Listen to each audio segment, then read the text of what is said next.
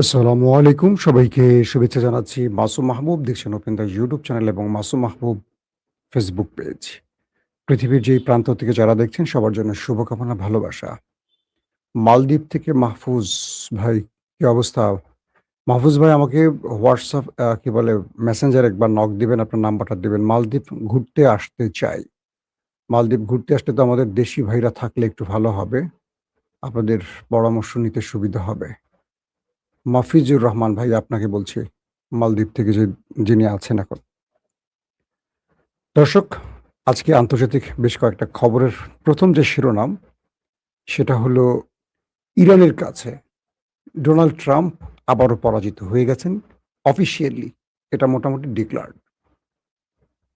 মূল জায়গাটি তৈরি হয়েছে যে ১ম যুদ্ধে ইসরায়েলের পরামর্শে নেমে ১০০ দিন পার করার পর হিসেব কষে দেখলেন ট্রাম্প পুরোটাই পরাজিত। তারপর একটা দীর্ঘ কয়েকটা দিন গেল সিজফায়ার বা শান্তি আলোচনায়। তারপর আবার ১২ দিনের যুদ্ধ। এই ১২ দিনের যুদ্ধে আমেরিকা শুরুটা করেছিল এই বলে যে এবার ইরানকে একদম নিঃশেষ করে দেয়া হবে।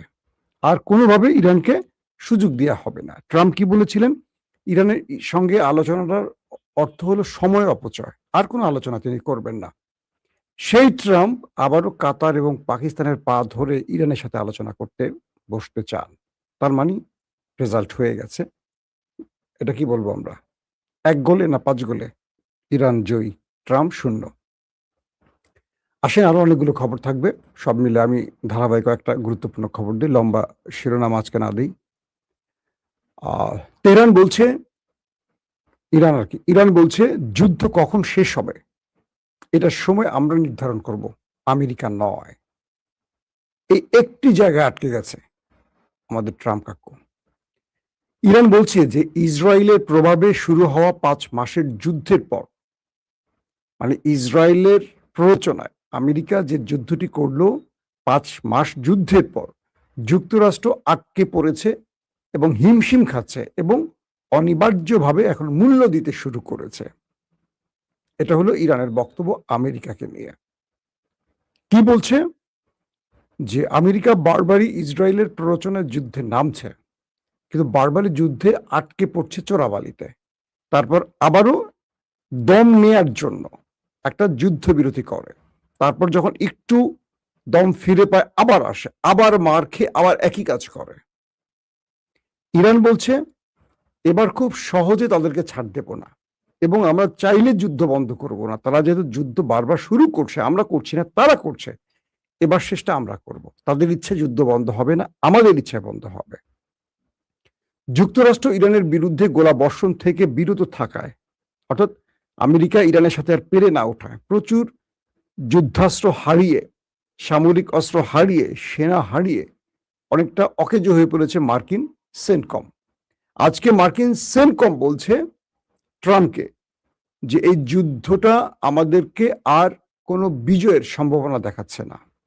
গতকালকে আপনাদের বললাম মার্কিন চিফ অফ স্টাফ ডেইন কেনের বক্তব্যের কথা।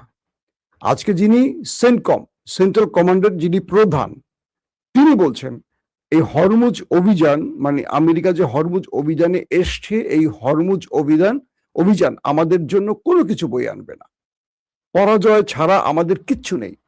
দুজন সামরিক বাহিনীর একদম টপ পোস্ট, একজন হলেন পুরো সামরিক বাহিনীর চিফ অফ স্টাফ ডেনকেন, আরেকজন এই যুদ্ধটা যিনি মূল পরিকল্পক সেন্টকমের বা সেন্ট্রাল কমান্ডের প্রধান, তিনি বলছেন যে হরমুজ প্রণালীর এই অভিযান আমাদের ব্যর্থতা বা পরাজয় ছাড়া কিছু না এবং এইখান থেকে আমাদের কোনো বিজয় বা লাভের কিছু নাই। এই দুটো বক্তব্যে স্পষ্ট হয়ে গেছে মার্কিন যুক্তরাষ্ট্রের প্রশাসন দুটো ভাগ হয়ে গেছে। একটি ইসরায়েলপন্থী, অন্যটি আমেরিকাপন্থী। আমেরিকাপন্থীতে কারা আছেন? সেনাবাহিনীর টপ কমান্ডাররা আছেন, ভাইস প্রেসিডেন্ট জেডি ভ্যান্স এবং একটা এস্টাবলিশমেন্টের গুরুত্বপূর্ণ কি বলবো গ্রুপ। ট্রাম্প এখন কোথায় যাবেন? ট্রাম্প বারবারই যুদ্ধ বন্ধের প্ল্যান করে আসেন, ইসরায়েল তাকে যুদ্ধে নামিয়ে দেন।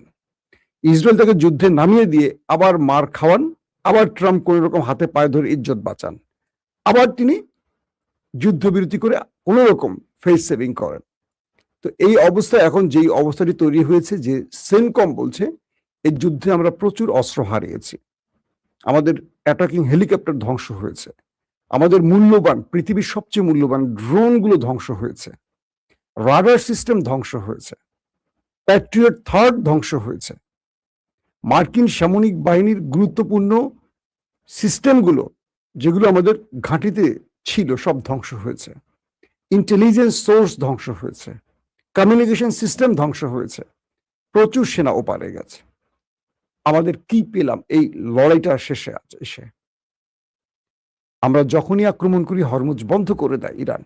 আমরা কি হরমুজ খুলতে পেরেছি? পারিনি। কারণ এই হরমুজে কৌশলগত কারণে ইরানকে পরাজিত করা যাচ্ছে না বা যাবে না। আত্মসমর্পণ হয়ে গেল সেন্টকমের। তো বলা হচ্ছে যে আমেরিকা শেষ পর্যন্ত গত 3 দিন ধরে, প্রায় 2 সপ্তাহ ধরে তারা যে লড়াইটা করলো, 12 দিন ধরে যে লড়াইটা তারা করলো, 12 থেকে 13 দিন, সেটা তারা বন্ধ করে দিয়েছে, যেহেতু তারা পারছে না ইরানের সাথে।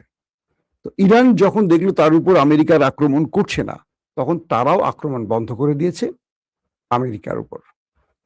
তো রাষ্ট্রপতি ডোনাল্ড ট্রাম্প সামরিক বাহিনীর গোলা বারুদ কমে আসার যে সংবাদটি বিভিন্ন গণমাধ্যমে আসছে, সেটাকে না বলে দিয়েছেন, বলছেন এটা অস্বীকার করেছেন এক কথা। অর্থাৎ মার্কিন যুক্তরাষ্ট্রের সামরিক বাহিনীর বরাত দিয়ে আমেরিকার গণমাধ্যমগুলো বলছে যে দেশটির ভেতরে, মানে আমেরিকার ভেতরে গোলা বারুদের পরিমাণ কমে গেছে, তাদের মিসাইল স্টোরেজ ইরান ধ্বংস করে ফেলেছে, যেটা একটু আগে বললাম যে তাদের প্রচুর যুদ্ধাস্ত্র ধ্বংস হয়ে গেছে। তো এটি আমি বলছি না, আমেরিকার গণমাধ্যম বলছে, আমেরিকার ইন্টেলিজেন্স সোর্সের তথ্যের আলোকে। তো ট্রাম্প বলছেন গণমাধ্যমে যে সংবাদটা আসছে এটা ঠিক নয়, এটা ভুল, মিথ্যা। যুক্তরাষ্ট্রের মজুদ বিশাল এবং প্রয়োজনের চেয়ে বেশি অস্ত্র এখনো বহাল বা মজুদ আছে তাদের কাছে। তার মানে ট্রাম্প নিজেকে বাঁচাবার জন্য এই মিথ্যাগুলো বলছেন। পিট হেগসেট, ট্রাম্পের যুদ্ধমন্ত্রী, প্রতিরক্ষা মন্ত্রী, পেন্টাগনের প্রধান, তিনি বলছেন যে ইরান কিভাবে আমাদের উপর এত বড় আক্রমণ করছে, কোন তথ্যের আলোকে করছে, কোন মিসাইল তারা ব্যবহার করছে, আমরা বুঝতে পারছি না। যে মিসাইলগুলোকে আমরা ইন্টারসেপ্ট করতে পারছি না, যে মিসাইলগুলো ঢুকে সব ধ্বংস করছে, আমরা টের পাচ্ছি না। আমাদের থার্ড প্যাট্রিয়ট ইন্টারসেপ্ট করতে গিয়ে ক্লান্ত হয়ে গেছে, কিন্তু সঠিকভাবে সেই মিসাইল অ্যাটাক ধ্বংস করতে পারছে না। তাদের খাইবার শেখান বা তাদের আরো যে মিসাইলগুলো, এগুলো এত আপডেট ভার্সন ব্যবহার করছে ইরান এই মুহূর্তে, যেগুলোর সম্পর্কে আমরা আসলে ধারণা রাখছি না। তার বক্তব্যটা হলো এরকম যে ইরান এই মুহূর্তে যে মিসাইলগুলো ব্যবহার করছে, তাদের যে রিসেন্ট তৈরি যে মিসাইলগুলো, তার কিছু অংশ তারা ব্যবহার করেছে এবং এগুলোকে তারা ইন্টারসেপ্ট করতে পারেনি। এগুলো অনায়াসে জর্দানে, বাহরাইনে, কুয়েতে, কাতারে তাণ্ডব চালিয়ে আসছে। দর্শক, এই পরিস্থিতির মধ্যে ইসরায়েল আমেরিকা এই যুদ্ধ থেকে যেন ফিরে না আসে, এই বিষয়টি তিনি আবারও ইনশিওরের চেষ্টা করছেন। অর্থাৎ আবারও ট্রাম্পকে তিনি বোঝাচ্ছেন যে তিনি, মানে ইসরায়েল আবার ট্রাম্পের সাথে বৈঠকে বসতেছে এবং তার মূল টার্গেট আবার ওই যুদ্ধটা কন্টিনিউ করা। এবং তিনি বলছেন, নেতানিয়াহু, যে আমার সাথে ট্রাম্পের যে বৈঠকটি হতে যাচ্ছে, সেখানে মূল ব্যক্তি, মূল দেশ বা মূল আলোচনার কেন্দ্রটি হবে ইরান।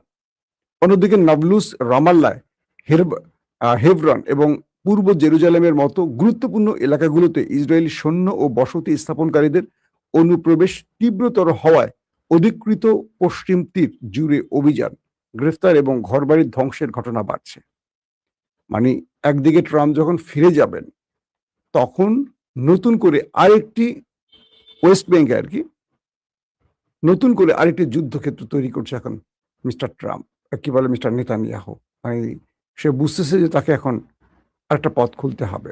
অন্যদিকে সাপ্তাহিক সংবাদ সম্মেলনে তেহরান যুক্তরাষ্ট্রের যুদ্ধের সমাপ্তি নির্ধারণ করতে দেবে না, এমন একটি ঘোষণা দিয়েছে তাদের মার্কিন যুক্তরাষ্ট্রে থাকা ইরানের প্রতিনিধি, অর্থাৎ পররাষ্ট্র মন্ত্রণালয়ের মুখপাত্র ইসমাইল বাঘাই।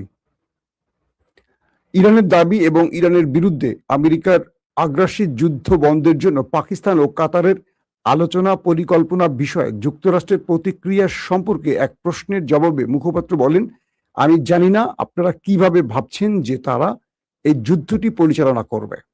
যে যুদ্ধটি ইরানকে আত্মসমর্পণ করতে বাধ্য করার জন্য শুরু হয়েছিল, কিন্তু তারা গত 5 মাস ধরে এই চোরাবালিতে আটকে গেছে। মানে আমেরিকা ইরানকে আত্মসমর্পণে বাধ্য করার জন্য যুদ্ধটা শুরু করে নিজেরাই এখন আত্মসমর্পণে বাধ্য হয়েছে চোরাবালিতে আটকে গিয়ে। ইসমাইল বাঘাই একদম স্পষ্ট কথাটি বলছেন এবং তিনি বলছেন ইরানের সঙ্গে ইসলামাবাদ সমঝোতা স্মারক লঙ্ঘন করে যুক্তরাষ্ট্র 1 বছরে তৃতীয়বারের মতো কূটনীতির সঙ্গে বিশ্বাসঘাতকতা করেছে।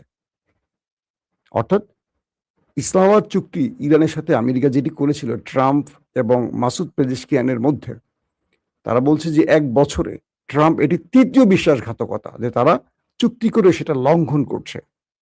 ইসমাইল বাঘাই আক্ষেপ করে বলেন, জায়নবাদী শাসনের মাধ্যমে নিজেরাই যে পরিস্থিতি তৈরি করেছে আমেরিকা, তাতে তারা হিমশিম খাচ্ছে এখন।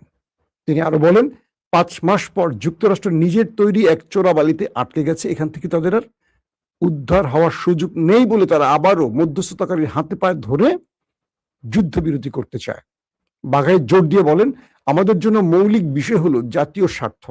একটি দেশের বিষয়গুলোর উপর সিদ্ধান্ত গ্রহণ করা এমন কোনো সমীকরণ নয় যেখানে অনেকগুলো অজানা বিষয় জড়িত থাকে।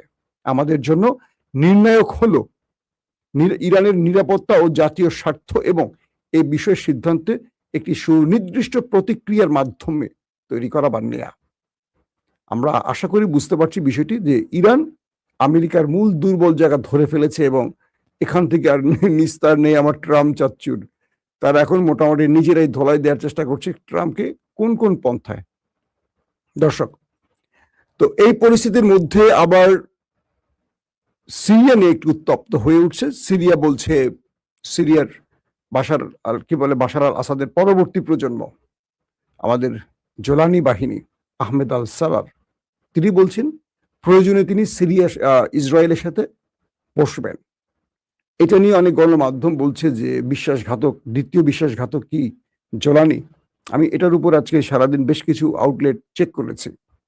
মূলত এটি একটি কৌশল, রাজনৈতিক কৌশল নিয়েছে আহমেদ আল সারার।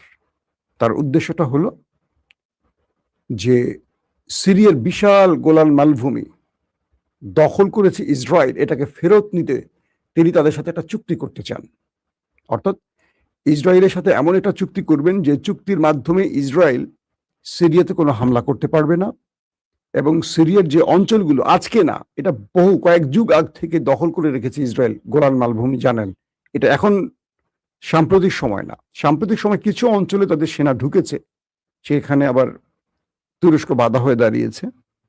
কিন্তু বর্তমানে জোলানি বাহিনী চাচ্ছে সিরিয়ার গোলান মালভূমি থেকে যে অঞ্চলগুলো ইসরায়েল বহু বছর ধরে দখলে রেখেছে এগুলো ফেরত নিতে। তো এগুলো ফেরত নেওয়ার জন্য তিনি ইসরায়েলের সাথে একটা চুক্তি করতে চান। অর্থাৎ এখানে দুটো কাজ করতে চান, এক ঢিলে দুটো পাখি মারতে চান জোলানি। এক, চুক্তির নাম করে ইসরায়েলকে সরাবেন এখান থেকে, কারণ ইসরায়েল ব্যাপক ডিস্টার্ব করছে সিরিয়াতে। নতুন একটি অন্তর্বর্তীকালীন সরকার তার কাজগুলোকে খুব স্মুথলি করতে পারছে না, প্রায়ই ইসরায়েল হামলা করছে বিভিন্ন পয়েন্ট থেকে, বিভিন্ন প্রক্সি ঢুকিয়ে সিরিয়ার মধ্যে অশান্তি তৈরি করছে। তো এই কৌশলটি নিতে চায় যে একটা আলোচনা বা শর্ত বা একটা চুক্তির মধ্য দিয়ে ইসরায়েলকে সিরিয়া থেকে দূরে রাখা। এক, দুই, গোলান মালভূমিকে ফেরত নেওয়া, যেটা সিরিয়ার মুসলিম ভূমি। এই দুটোর জন্য তাদের সাথে একটা চুক্তি করতে চায়। এখন এটাকে আপনি কিভাবে দেখবেন? ধরেন বাংলাদেশের রংপুর বা সিলেট, দুটো গুরুত্বপূর্ণ বিশাল অঞ্চল ভারত দখল করে ফেলেছে, তার শক্তি আছে, দখল করে ফেলেছে। আমার দেশ পারেনি সেটা রক্ষা করতে, দীর্ঘদিন পারেনি। তো ধরেন শেখ মুজিবের সময় চলে গেল, জিয়াউর রহমানের সময় চলে গেল, বেগম জিয়ার সময় চলে গেল, আবারও হাসিনার সময় চলে গেল, কেউ এই ভূমিগুলো ফেরত নিতে পারেনি। তারেক রহমান ক্ষমতায় বসে চিন্তা করছেন যে ওদের সাথে শত্রুতা না করে যদি একটা আলোচনা করে এই অঞ্চলগুলো ফেরত নিতে পারি এবং ওরা আমার দেশের মধ্যে যেই ষড়যন্ত্র, এখান থেকে যদি ওরা সরে যেতে পারে একটা আলোচনার মধ্য দিয়ে, তাহলে দেশের ভূখণ্ড ফেরত এবং দেশের মধ্যে শান্তি শৃঙ্খলা ফিরিয়ে আনার একটা কাজ হতে পারে। ঠিক এই উদ্দেশ্যটা আহমেদ আল সারার। এই পর্যন্ত বিভিন্ন গণমাধ্যমের তথ্য এটুকু আমি বুঝতে পেরেছি। কারণ আহমেদ আল সারার কখনো ইসরায়েল পন্থী হতে পারে না। যারা বলছেন যে তিনি ইসরায়েল পন্থী, মার্কিন পন্থী, তারা ভুল। তিনি কোন পন্থী সেটা বুঝতে গেলে আপনাদেরকে একটু তুরস্কের তুরস্কের দিকে নজর রাখতে হবে। তুরস্ক কি চাইছে? মূলত সিরিয়া তাই চাচ্ছে যেটা এরদোয়ান চাইছে। আর এরদোয়ান কি চাইছে? সেটা হয়তো আপনারা অনেকে বোঝেন ইতিমধ্যে। তো দর্শক, আশা করছি যে সিরিয়াতে ইসরায়েল যদি চুক্তি করে এটা সিরিয়ার জন্য উপকার হবে। বাট এই চুক্তিটা কখনো বাহরাইন, জর্দানের মতো হবে না যে সিরিয়াতে ইসরায়েল বা ইসরায়েলি সেনা ঢুকে বা মোসাদ ঢুকে এখানে পুরো কবজা করবে, তাদের নিয়ন্ত্রণে রাষ্ট্র চলবে। এটার কোনো পসিবিলিটি নেই। কারণ এই সিরিয়াটা মোটামুটি তুরস্কের কন্ট্রোলে আছে। তুরস্ক তাদের স্বাধীন করে দিয়েছে সকল শত্রুকে পিটিয়ে। যেখানে তুরস্ক সেখানে সিরিয়া থাকবে না, সেখানে নেতানিয়াহু থাকবে না, যেখানে এরদোয়ান আছে। এটা মনে রাখতে হবে আপনাকে। আপনি কার তথ্য, কোন গণমাধ্যমের তথ্য দেখবেন আমি জানি না। মনে রাখবেন, যেখানে নরেন্দ্র মোদী সেখানে জামাত থাকতে পারে না। বিএনপি, আওয়ামী লীগ থাকতে পারে, কিন্তু জামাত থাকবে না। কারণ ভারতের প্রধান শত্রু হলো জামাত ইসলাম। ভারত জানে জামাত ইসলামের উদ্দেশ্য কি, আর বাকি রাজনৈতিক দলের উদ্দেশ্য কি সেটা ভারত ভালো করে জানে। তাই তাদেরকে 5 বছর পর অন্তর অন্তর ক্ষমতায় একজন একজনকে বসাবে, কিন্তু জামাতকে বসাবে না, ইসলামী দলগুলোকে বসাবে না। তো কি করে আহমেদ আল সারারের মতো একজন ইসলামপন্থীকে এই ইসরায়েল মেনে নেবে? তো এখন যে আহমেদ আল সারার, তিনি খুব পড়াশোনা করা একজন লোক, তিনি একটা রাজনৈতিক অসাধারণ চাল দিয়ে বর্ষতা স্বীকার করতে বাধ্য করা। আর ইসরায়েল যদি এই কাজে সিরিয়ার পাশে থাকে, আপনি মনে করবেন এই সিরিয়া আগামীতে ফিলিস্তিনের জন্য অনেক বড় যে লিখে রাখেন, যদি আমি বেঁচে থাকি তো ভালো, যদি না প্রমাণ পাবেন। কারণ সিরিয়া স্পষ্ট বলছে লেবাননের উপর সিরিয়ার হামলা, কি বলে, ইসরায়েলের হামলা তারা এটা মেনে নিতে পারে না, বা নিতে পারবে না, বা নেবে না। মানে লেবাননের উপর যে ইসরায়েল হামলাগুলো করছে এটা মানবে না সিরিয়া, আহমেদ আল সারার। তো তুরস্কের একটা অসাধারণ, মূলত জোলানি ইসরায়েলের সাথে এই খেলাটা মারছে, বা এই খেলা, এটা সৌদি আরবের আভরাম অ্যাকর্ডের সিগনেচার নয়, এটা হলো রাষ্ট্রের ভূখণ্ড পাওয়ার একটা কৌশল। এমনটি বিভিন্ন গণমাধ্যম বা রাজনৈতিক বিশ্লেষকরা দাবি করছেন। দর্শক, এখনকার মতো বিদায় নিচ্ছি। ইনশাআল্লাহ আজ রাতে আপডেট খবর নিয়ে হাজির হওয়ার চেষ্টা করব। সে পর্যন্ত প্রত্যেকে ভালো থাকবেন। আল্লাহ হাফেজ।